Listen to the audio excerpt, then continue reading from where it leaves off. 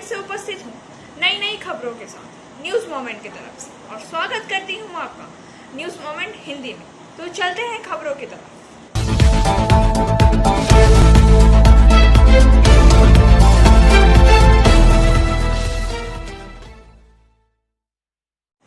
Hello viewers, कैसे हैं आप सब? आई होप कि आप सभी अच्छे होंगे। हमेशा की तरह आज शुक्रवार है और हमेशा की तरह हम लोगों ने शुक्रवार को कुछ अलग करना चाहा है। उम्मीद करती हूँ कि आप सभी को वो पसंद आएगा। लेकिन आज की खबरें शुरू करने से पहले मेरा आप सभी से अनुरोध है कि आप अपने विचार, अपने अनुभव हमारे साथ साझा कर सकते हैं और हमसे संपर्क कर सकते हैं इस नंबर पर जो आपकी स्क्रीन पर दिखाए जा रहे हैं, ताकि हम आपके द्वारा दिए गए संदेशों को लोगों तक पहुंचा सके और उन्हें सच से अवगत करा सके। तो आज की ये शुक्रवार की कुछ खास खबरें शुरू करते हैं, तो बने रहिए मेरे साथ इसी तरह से। पिछले 24 घंटे हमने और हमारे जैसे बहुत से लोगों को काफ़ी कठिनाइयों का सामना करना पड़ा है।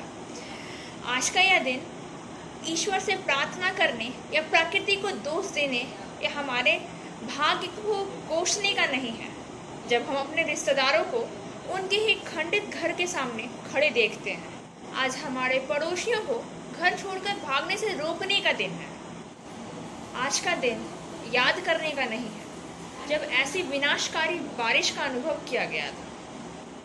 आज बारिश की दुर्भाग्यपूर्ण बाढ़ से मरने वालों की संख्या गिनने का दिन नहीं है। आज पानी में अपनी झोपड़ियों को देखकर बेकार बैठने का दिन नहीं है। और आज का दिन हमारी वोटिंग प्रणाली पर आरोप लगाने वाले आम लोगों की भावनाओं को नियंत्रित करने का भी नहीं है। आज राजनीति को दोष देने वाले खेल खेलने का दिन भी नहीं है। आज के दिन नेताओं को हमारे अधिकारों को याद दिलाने और गरीबों को आइसोलेशन द्वारा राज्य और केंद्र को भुगतान किए गए करों के बारे में जागरूक करने का दिन है।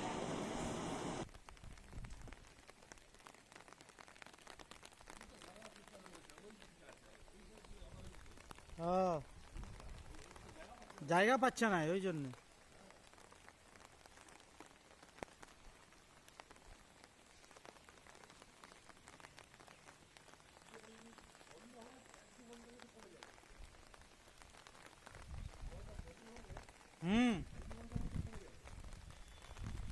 জলটা কমলে তবে তো একই রকম হয়ে যাচ্ছে না।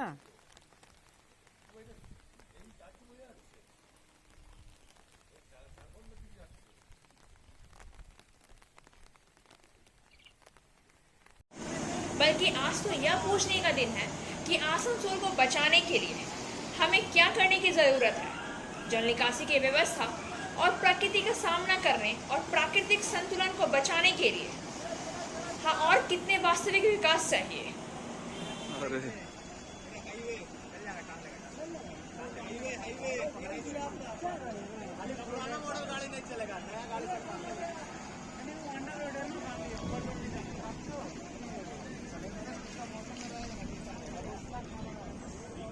आज प्रशासन को राहत उपायों के लिए आसनसोल के कोने कोने तक पहुंचने पर मजबूर करने का दिन है। जामुड़िया, रानीगंज, नीघा, वीरकुल्टी, बड़ाकर, सलानपुर या बराबनी में आसनसोलिशियन की योजना बनाने के लिए आज बैठने का दिन है। आज का दिन प्रार्थना करने और लोगों को अपने भाग्य पर जीने का नहीं, बल्कि उन्हें मजबूत बनाने का दिन है। आइए इसके लिए प्रयास करें और इस आपदा से पीड़ित लोगों के लिए ऊपर वाले से दुआ करते हैं। एंजल विद्या मंदिर, a sure way to success. We provide class 8 to 10, class 11 and 12, graduation honors and program. We also provide all types of competitive class. For further information, please contact 9932864067 or 8116183079. Salanpur प्रखंड थानांतर्गत नारायणपुर ग्राम पंचायत के पिचकारी निवासी झूमर चैटर्जी और उसके पति को सलानपुर पुलिस ने आत्मनिर्भर महिला समूह के कई लाख रुपए गमन करने के आरोप में गिरफ्तार किया है। पुलिस उसकी बेटी की भी तलाश कर रही है। रिपोर्ट के अनुसार सलानपुर प्रखंड के कई महिला स्वयं सहायता समूह ने एक साथ आकर खुद को आत्मनिर्भर बनाने के लिए कुछ समूहों का गठन किया था। वह प्रतापपुर आदिवासी क्षेत्र के कई स्वयं सहायता समूहों से के प्रेरणा उप समूह की नेता थी। तारस, स्वदेशी, प्रतापपुर और मार्शल, ये 7 स्वदेशी महिला समूह 2016 में बैंक ऋण के साथ विभिन्न व्यवसाय चला रही थी।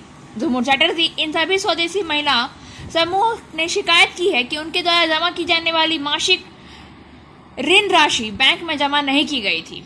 लगभग सभी समूहों की कुल राशि 9 लाख से अधिक थी। उन्हें पता चला कि उन्हें बैंक से कब बुलाया गया था। वे अशिक्षित महिलाएं अक्सर बैंक नहीं जाया करती थी। उनकी शिकायत थी कि वे झूमर चटर्जी को ऋण की मासिक किस्त का भुगतान करने के लिए दिया करती थी, लेकिन बैंक में पैसे दिन ब दिन जमा नहीं होते थे। इस बीच उन्होंने पैसे काटना शुरू कर दिया। बैंक से समूह के सभी सदस्यों के खाते से बैंक में जमा पैसे नहीं जाया करते थे। उसके बाद सभी ने अपने अपने दल के नेता झूमर चटर्जी से बात की। आखिरकार समूह की महिला ने बेबस होकर सलानपुर प्रखंड पंचायत मोती अध्यक्ष फाल्गुनी करमकार को बताया कि घासी ने घटना के बारे में झूमर चटर्जी हमें वही बात बताते रहे और जिद्दी रवैया दिखाते रहे और मामले में शामिल होने के आरोप को नकारते रहे। प्रशासन की सलाह के अनुसार गैस थी की महिलाओं ने मामले की जानकारी ले कोर्ट को दी। झूमर के खिलाफ सेल की सिफारिश पर सलानपुर थाने में प्राथमिकी दर्ज कराई गई है। पुलिस ने अब तक झूमर चटर्जी और उसके पति शेखर चटर्जी को एसपी उमर अली मेल्ला के नेतृत्व में गिरफ्तार कर लिया। पुलिस उसकी भी तलाश कर रही है क्योंकि उसकी बेटी का नाम भी शिकायत में है। सलानपुर पंचायत समिति के अध्यक्ष फाल्गुनी करमकार घासी ने कहा है, उन्होंने हल करने के लिए बहुत कोशिश की, मुद्दा आसानी से हल हो जाए। उन्होंने पहल की ताकि बैंक को उसका बकाया मिल सके, लेकिन झूमर के व्यवहार के कारण यह संभव नहीं हो सका। इसलिए वह 27 सितंबर को ब्लॉक के CDPO से मिले। यह निर्णय लिया कि चूंकि झूमर को वित्तीय गबन के आरोप में गिरफ्तार किया गया था, इसलिए एक ICDS कार्यकर्ता के रूप में उनका भत्ता बंद करा दिया जाएगा और उन्हें कार्यकाल में बदल दिया जाएगा। वास्केटिया ICDS दूसरे को अतिरिक्त जिम्मेदारी देना चाहते हैं। দলনেত্রী অন্নপূর্ণা গ্রুপের ও দলনেত্রী ও লোন নিয়েছিল গ্রুপ থেকে। কে নাম কি এবং কোথায় কি? ঝুমুর চ্যাটার্জি ও হলো দলনেত্রী অন্নপূর্ণা গ্রুপের। ও লোন চলছিল, ওই তখন হ্যান্ডওভার ছিল, ওই লোন নিত, লোন শোধ করতো। আমরা তখন বুঝতেই পারতাম না। যখনই বলতাম যে তোমার এত লোন নেওয়া হচ্ছে, শোধ আমি দিয়ে দেবো। এখন এবারে ওর কি হয়েছে, ওর মেয়ের বিয়ে যেহেতু পার হয়ে গেল, বাস ও তখন বলছে আর আমি তো লোন শোধ দেবো না। আমরা আমাদের গ্রুপে আমরা ওর বাড়িও গেছিলাম যে ঝুমা ব্যাংক থেকে ডাকছে, চলো লোন ম্যানেজার স্যার কি বলছে শোনো, বলছে যাবো না। আমি তাহলে এত লোন কে দেবে? তো বলছে আমার ঘরে যদি বোমও ফেলে দাও তা আমি লোন দেবো না, আমার দাদাকে বলা আছে। মানে হেনা তেনা করে তারপর আসে মানে দরজা বন্ধ করে আমাদেরকে ঘাট ধাক্কাতেই বার করে। আপনারা কি থানায় কমপ্লেন করেছেন? হ্যাঁ করেছি। থানা কি আশ্বাস দিয়েছে? বলছে হবে আর অনেক কিছু, মানে এতদিন ধরে যতটুকু আশা ভরসা ছিল, কাল থেকে মনে হচ্ছে একটু অনেকটা কাজ হয়েছে। ওইটাই আছে আশায় যদি একটু হয়, কেননা ব্যাংক থেকে সবসময় ডাকছে না লোনের জন্য। এবার আমাদের তার কোনো নেই যে আমরা নেবো, আমরা একটা টাকা লোন নিই কী করে শোধ করবো? 5 লাখ টাকার লোন এখন সুদে মূল্যে 6 লাখ টাকা হয়ে দাঁড়িয়ে। আচ্ছা, এই যে ঝুমুর চ্যাটার্জি কটা গোষ্ঠী থেকে টাকা নিয়েছে? এখন তো মানে আমরা 7টা গ্রুপ এমনি প্রেরণা উপসংঘে, তো 4টে গ্রুপে আমরা বলেছি, দাবি করেছি, কারণ আমাদেরকে যেহেতু ব্যাংক থেকে ডাকছে ওই জন্য। মানে আপনাদের 4টা গ্রুপে 18 লক্ষ টাকা সব মিলিয়ে 4টা গ্রুপ মিলিয়ে মানে 18 লক্ষ টাকা হচ্ছে 7 লাখের 7টা গ্রুপে, আর এটা হচ্ছে 4টা গ্রুপের সব কিছু নিয়ে। তো ওদেরকেও বলা হয়েছে, এবার ওদের যতক্ষণ না ব্যাংক থেকে ডাকে ততক্ষণ বলেন। আমাদের যেমন দেওয়ালে ঠেকে গেছে একদম, তখন আমরা বেরিয়েছি। কি নাম আপনার? আমার নাম নমিতা বাড়ি। পরিচয়? আমি অন্নপূর্ণা গ্রুপের secretary. Motion Durgapur study centre challenge for 100% success guarantee और 100% money refund. For further information please contact 9434822278 और 8900100000 80। सीनियर रिपोर्टर विकास प्रसाद के अनुसार कोल इंडिया लिमिटेड ने देश की बिजली उपयोगिता के लिए आपूर्ति बढ़ाने, कोयले के स्टॉक को कम करने और उसे पर्याप्त स्तर तक बनाने के लिए युद्ध स्तर पर काम करना शुरू कर दिया है। पिछले 3 दिनों में कंपनी ने बिजली षड्यंत्रों के लिए अपने उठाव को बढ़ाकर 14 लाख टन प्रतिदिन कर दिया है। ईसीएल ने इसे मिशन मोड पर दिया है। कोयले की उपलब्धता और उसके बाद की आपूर्ति में तेजी लाई जाएगी। निर्देशक CIL ने कहा है कि अक्टूबर से कोयले से चलने वाले षड्यंत्रों को डिस्पैच का लक्ष्य 1.5 MT प्रतिदिन है, जो नियत समय में 1.6 MT से अधिक हो जाएगा। इससे जल्द ही सामान्य स्थिति की उम्मीद की जा सकती है। अगस्त के दूसरे सप्ताह में बिजली उत्पादन में अचानक आई तेजी से कोयले की भूख को बढ़ा दिया है। नतीजतन कोयले की मांग आपूर्ति से आगे निकल गई है, जिससे बिजली स्टेशन पर स्टॉक में कमी आई है। यदि बिजली उपयोगिता ने CEA द्वारा निर्धारित 22 दिनों में मानक स्टॉक को बनाए रखा होता तो कम कोयला स्टॉक की स्थिति को टाला जा सकता था। मानसून की चुनौतियों और बकाया देय राशि का भुगतान न करने के बावजूद भी CIL ने अप्रैल सितंबर 28 सितंबर तक के दौरान बिजली कंपनियों को 243 मीट्रिक टन कोयले की आपूर्ति की है, जो किसी भी वर्ष के लिए इस समय सीमा के लिए अब तक उच्चतम रिकॉर्ड है। पिछले वित्तीय वर्ष में